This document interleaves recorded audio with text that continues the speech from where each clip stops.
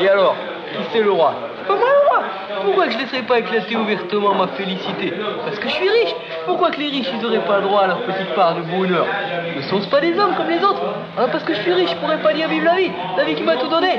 Maintenant, moi je dis le pognon. La famille, le pognon. La patrie, le pognon. Y'a que ça de vrai. Rien dans les mains, tout dans les poches. Attention, ça c'est seulement question de nourriture terrestre. Mais le spirituel, je le perds pas de vue non plus. Mais, ça chiffre.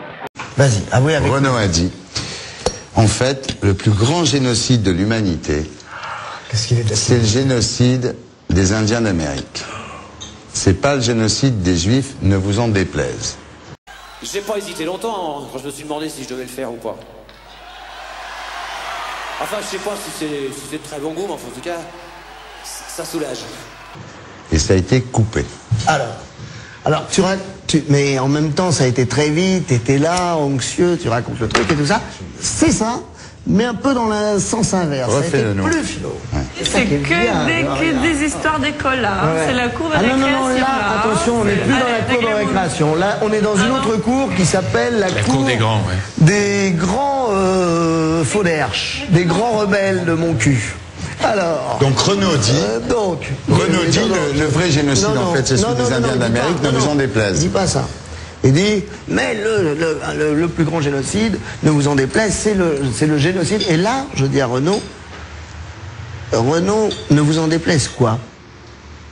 Il dit, ben non, mais le génocide indien a tué des millions de personnes. Non, je dis, Renaud, tu me regardes dans les yeux au moment où tu dis ça et tu dis, le plus grand génocide indien, le génocide indien, c'est pas le plus grand, tu me non, mais il faut voir aussi le génocide indien, ne vous en déplaise, ça a fait des millions de personnes. Voilà, tu vois, je fais l'acteur.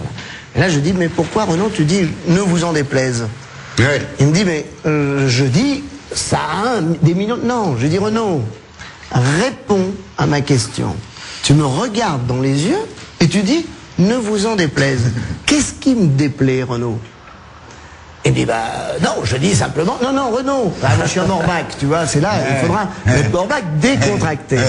Tu vois, je te donnerai un petit coaching. Du blanc, décontracté, du blanc. Oui, décontracté du blanc. Bien.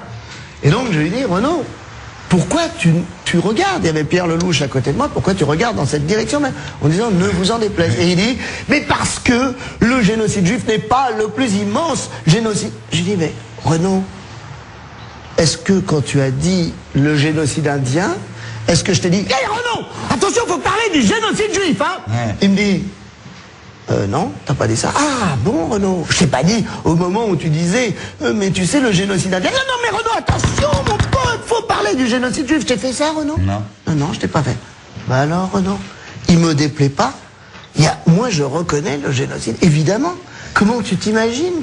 Il me déplairait de reconnaître. Donc je trouvais, c'est pas Renaud que j'attaque, c'est pas Renaud que je détruis. Je suis pas né, tu sais, une mission divine, tu vas tuer Renaud. Non, mais ce mec-là me regarde dans les yeux en me disant, ne vous en déplaise.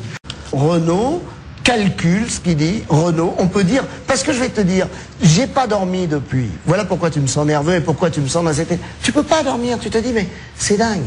Ça me rend dingue.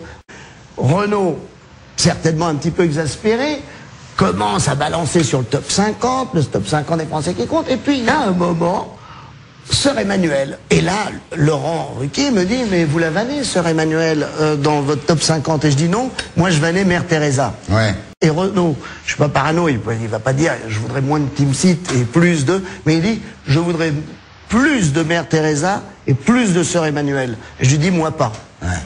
Rester sous le signe de l'hexagone, on peut pas dire que ça soit pendant. Mais si le roi des cons perdait son trône, il y aurait 50 millions de prétendants.